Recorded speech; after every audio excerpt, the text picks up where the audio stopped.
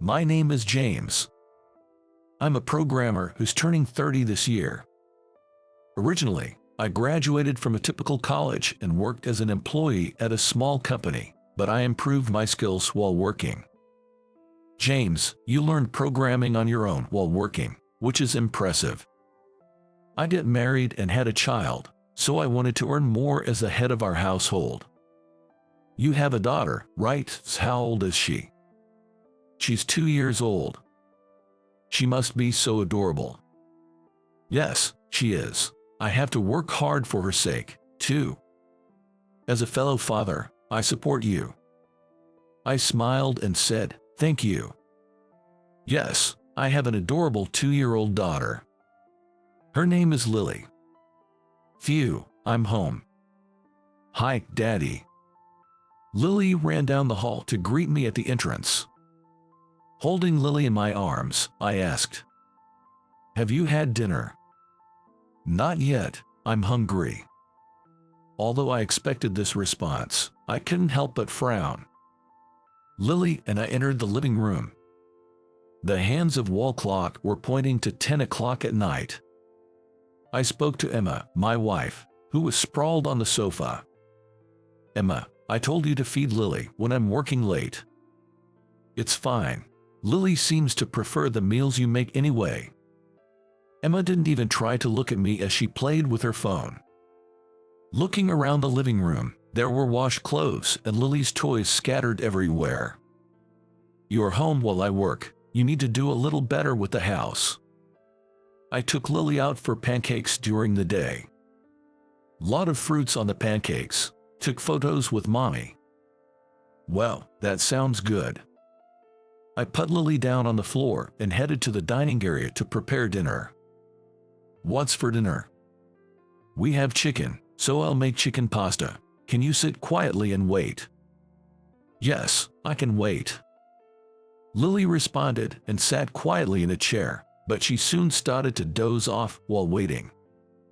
It's not a good time for a 2-year-old to be awake and hungry. I was heartbroken. Emma, my wife and Lily's mother, has a rough personality.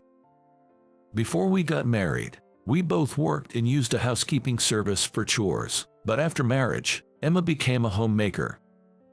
But in reality, she is lazy at home and does not get around to doing any of the household chores that I ask her to do. So, I ended up handling most of the household chores myself. And when it came to our daughter Lily, Emma would sometimes dote on her and other times be quite cold towards her. For example, she might buy a cute dress online for Lily to wear, take a photo, and once she is satisfied, then leaves the rest alone. I never thought she was this kind of woman when we were dating. But I didn't want to make the atmosphere at home worse by confronting Emma about not doing the house chores. Looking at Lily's innocent face as she dozed off, I resolved to work harder as a father. But soon after, an event that would change the fate of our family occurred. Walking to the next department for a simple handover is a waste of time. Absolutely. I've raised the issue with management, but it's hard to get through to them. That day, I was moving around the office with necessary documents in hands as always. James, watch out. Whoa. I was helplessly pinned under a bookshelf that had suddenly collapsed on top of me. Somebody, call 911. Next time I woke up, I was in a hospital bed. I tried to sit up, but I couldn't feel my legs. I had a bad feeling about this. You've sustained damage to your spine. Unfortunately, it looks like you'll have permanent lower body disabilities. I asked Dr. Richardson, who broke the news. Does this mean I'll be in a wheelchair? Yes, that seems to be the case. My wife, has she been informed? She has been told while you were asleep. As Dr. Richardson left, Emma entered the room. Seeing her husband suddenly in such a state, and with a small child to take care of, Emma must be feeling incredibly anxious. Emma, I'm sorry for worrying you. James, let's get a divorce. What? Did you just say divorce? My understanding of these words, which are so inappropriate as the first words to her severely injured husband, never quite caught up with me. "Did your ears get damaged too?" I said. "Let's get a divorce." I still couldn't believe what I was hearing. "Why, divorce?" "Well, who needs a husband that requires care?" "What are you talking about? I married you so I could quit my job and relax, and now, instead of relaxing, I'm supposed to take care of you. No way.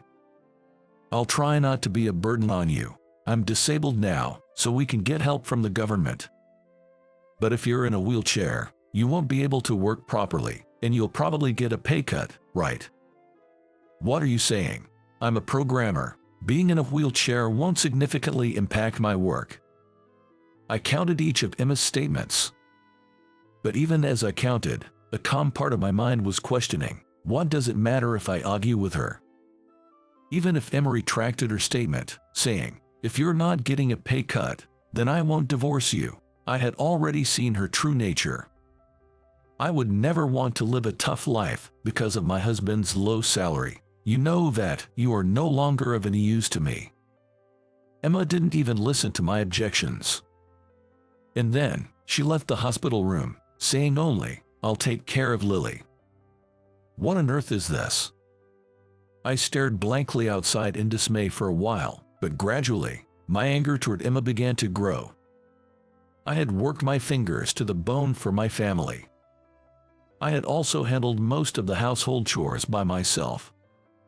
I had taken care of Lily so much as well. Why should I be treated like this? Is our family falling apart this easily? Betrayed by Emma, I was so furious that I couldn't sleep at all that night. I was able to leave the hospital 2 weeks later. It will take a while to get used to the wheelchair, and I likely need support from my parents during this time. Then we officially divorced. I felt saved by the kindness of my parents, who, despite probably having their own thoughts, didn't ask me anything. When I returned to work after a long time, I was immediately surrounded by colleagues who were concerned about my condition. "We were worried about you, James. I'm sorry for the inconvenience. Are you all right now?" "Yes, as you see here, but I'll manage somehow." Saying this, I patted the wheel of my wheelchair, which would be my longtime companion from now on. After greeting each colleague who came to talk to me, I was going to my desk to get some work done. But maneuvering a wheelchair in the cluttered office floor was quite challenging.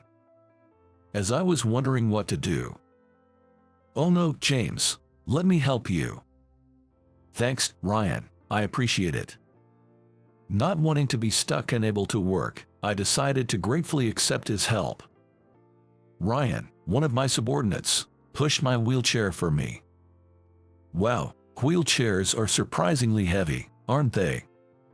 Ryan's voice sounded cheerful as he spoke to me. Did something good happen to him? Given his cheerful demeanor, which seemed to invite questions, I decided to fulfill his expectation as a way of saying thanks for pushing the wheelchair. "Did something good happen? Can you tell? You're sharp, James." I almost burst out laughing at his obvious excitement. "Well, actually." "You say actually. Don't beat around the bush, just tell me." "I just got married." Wow. It was better news than I had imagined. I couldn't believe that while I was going through a divorce, Ryan had gotten married. Some tie the knot while others untie the knot, I guess. I was reminded of Emma. My heart ached a bit, but I didn't want to be so petty that I couldn't congratulate Ryan. "That's great. Congratulations, Ryan." "Thank you so much." "What's your wife like?" "Let me show you a picture, just a sec." This happened just as we reached my desk. Ryan took his hands off the wheelchair and pulled out his phone from his pocket. He was probably going to show me a photo taken with his phone. I leaned in to look at the phone he was holding out to me and was stunned by the shock. The woman in the photo was Emma. She's my wife. I was horrified. Ryan had intentionally shown me the photo. He had approached me just to show me this photo.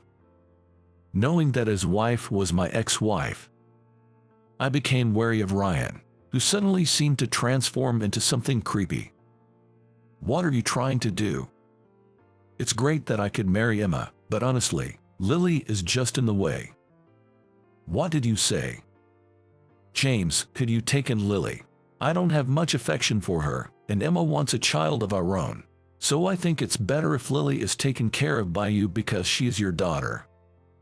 Ryan's vileness made me sick. But this made it clear that Lily was not wanted in their household. I didn't want to put Lily through any suffering. My love for my only 2-year-old daughter overcame my anger towards Ryan. Fine. If that's the case, I'll fight to win custody of Lily. That's what I decided.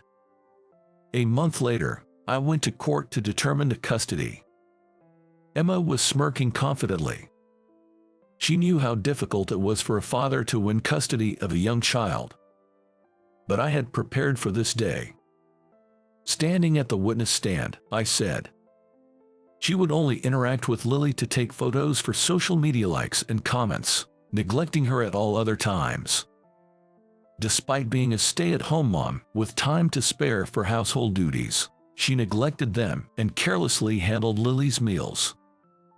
I exposed Emma's character by submitting screenshots of her social media and shopping receipts as evidence. Still, Emma was smiling. She knew that evidence alone was weak. So, I continued. Furthermore, Emma often left 2-year-old Lily alone at home to go out and have fun. I thoroughly traced Emma and Ryan's friends on social media and used their posted photos as evidence. The photo showed Emma and her friends having fun, complete with a date stamp. During that time on a weekday, Lily was left all alone at home. I didn't know how terrible Emma was as a mother until I did the research. As a father, I felt terribly sorry for Lily. Faced with this, Emma paled and retorted, "But you're paraplegic and can't take care of her. Your salary must have decreased, making life more difficult. My salary has tripled since we parted ways." What? Being immobilized forced me to design my work more efficiently, which increased sales. Of course, it wasn't just my effort. The entire staff rallied to negotiate with upper management and drastically reform our operations to accommodate my wheelchair-bound situation.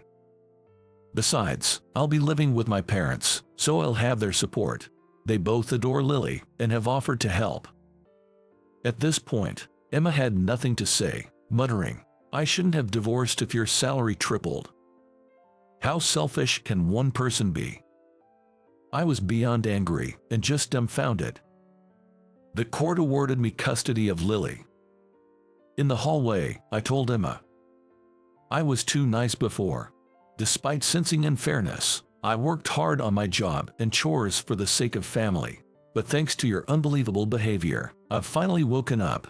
Thanks for divorcing me, Emma. Thanks to that, I'm happy now."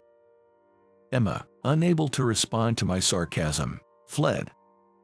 After the trial became public within the company, Ryan found himself without a place there. "Oh, I thought I could do better because you weren't above average and look nice. Too bad.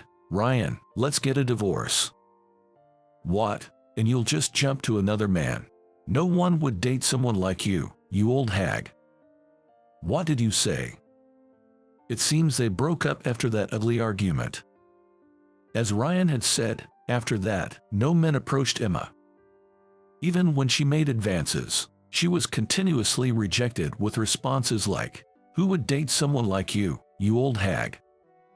"Hey, James, can we get back together? I'll do the chores properly, and I'll take care of Lily too," she pleaded over the phone, crying. So, I told her, "Don't involve me in your life ever again." What an audacious woman she is. Emma ended up being abandoned by her own parents as well and is now apparently living a miserable, impoverished life. "Daddy, who was on the phone?" It was a friend from work. As Lily attempted to climb onto my wheelchair, saying up, I carefully lifted her into my arms and headed to the dinner table, where her grandparents were waiting.